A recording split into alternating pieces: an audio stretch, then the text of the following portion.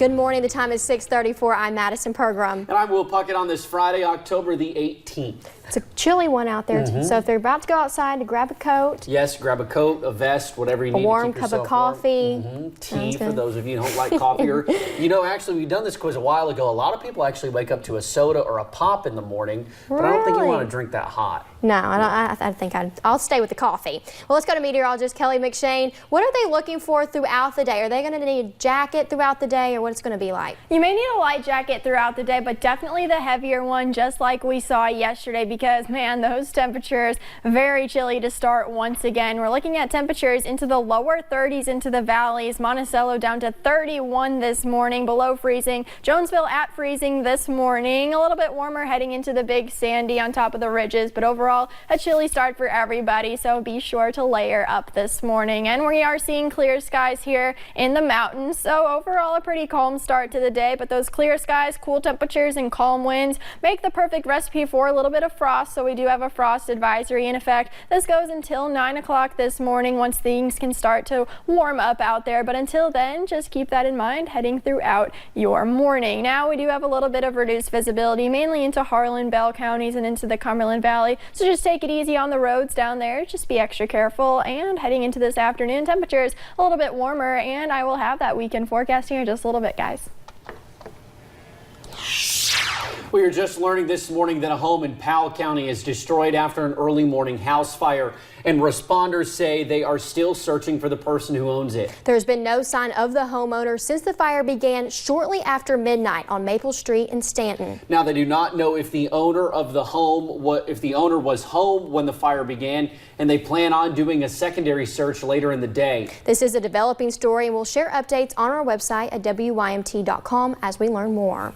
Well, searching for answers. Early Thursday morning, the Johnson County Sheriff's Department responded to a call about a woman named Misty Snipes shooting her husband. When police got there, they found Joseph Snipes II already dead. WYMT's Lauren McCourt has the latest. Gunshots interrupting a quiet morning at the Meadowview Mobile Home Park. Shots, I heard shots, and I just experienced. As neighbors were just beginning their day, it took an unexpected turn. It really shook me up. It was devastated. My bedroom's right here on the side, and when I heard the shots, I just looked out the window.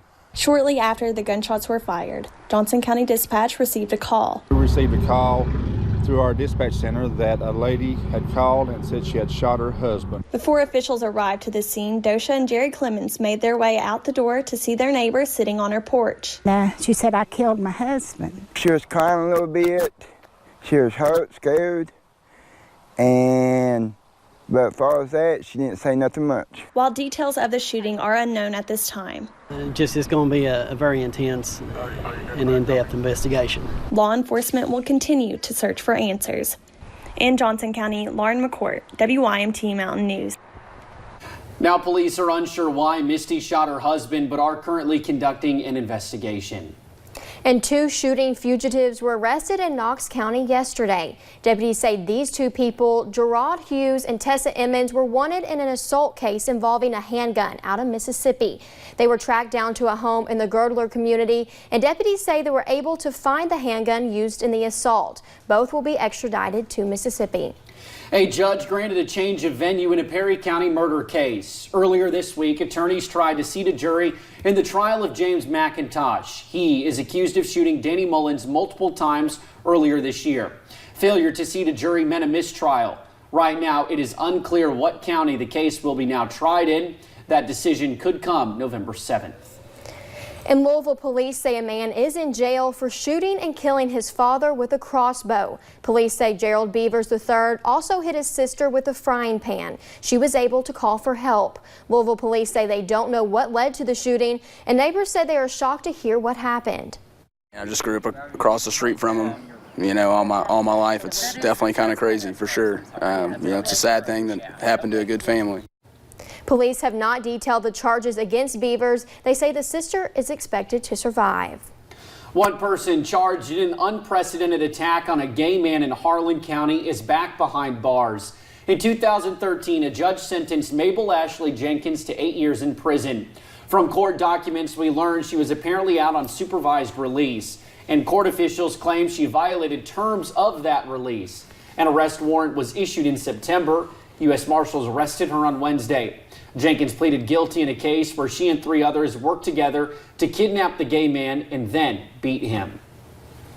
And yesterday was a hard day for many in Breathitt County and across the state. Rich McCune died in a fatal car crash. This is video of that crash scene. McCune was pronounced dead at the scene by the Breathitt County coroner.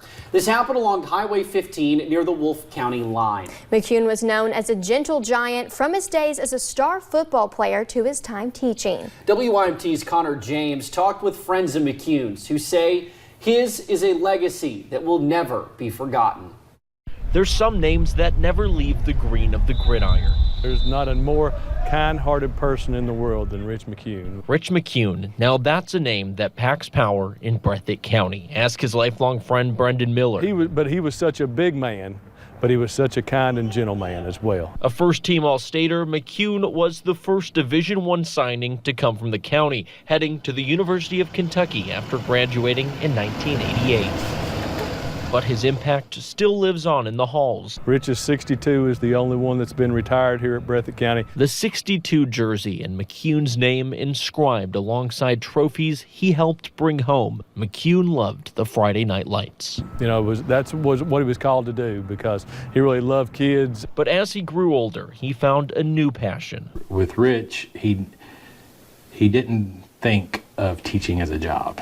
Principal David Bolin worked alongside McCune the last couple of years at George Rogers Clark High School in Winchester. Yeah, this was his calling, was to work with kids, and particularly those kids, at-risk kids. And I think that's the way I'll always remember him, and the fact he always has a smile on his face. Rich's life was undoubtedly taken too soon. I mean, Rich, if he was your friend, he was your friend. And he was there to help you, and all of us remember him, and he's a loved individual, just for the fact that he loved people and he wanted to help people. But to his friends and family, he will always be remembered as a man who gave his all in whatever he did. Now, we do not have funeral arrangements for McCune yet. Once we do, we will put those on our website at WYMT.com. And for the third time since summer, the United States Army released the name of an Eastern Kentuckian killed in the attack on Pearl Harbor. Hubert Hall was just 20 years old and worked as a Navy seaman and was assigned to the USS Oklahoma. The Floyd County man was killed when the Japanese attacked Pearl Harbor on December 7, 1941. Unfortunately, unlike the past two, the Army does not have a photo of Hall. He will be buried next spring at the Punch Bowl. Also in Floyd County, there could be a huge announcement later today for not only Floyd County, but also all of Eastern Kentucky. Right now, we do not know much about the specifics. However, we are told several states and local officials will be at the old Otter Creek Correctional Complex. That facility once housed federal inmates. However, it closed in 2012. We plan to stream that news conference live on Facebook and WYMT.com later this morning at 11.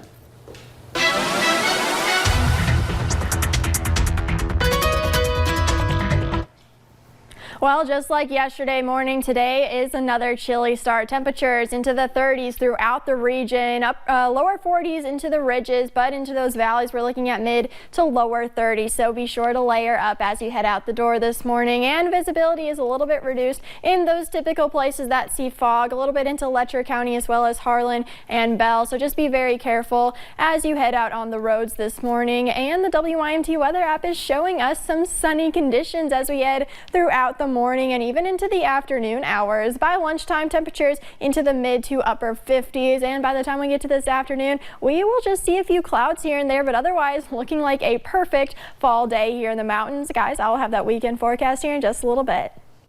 Thank you, Kelly, and thank you for joining Mountain News this morning. Here's a look at what's ahead right here on Mountain News this morning.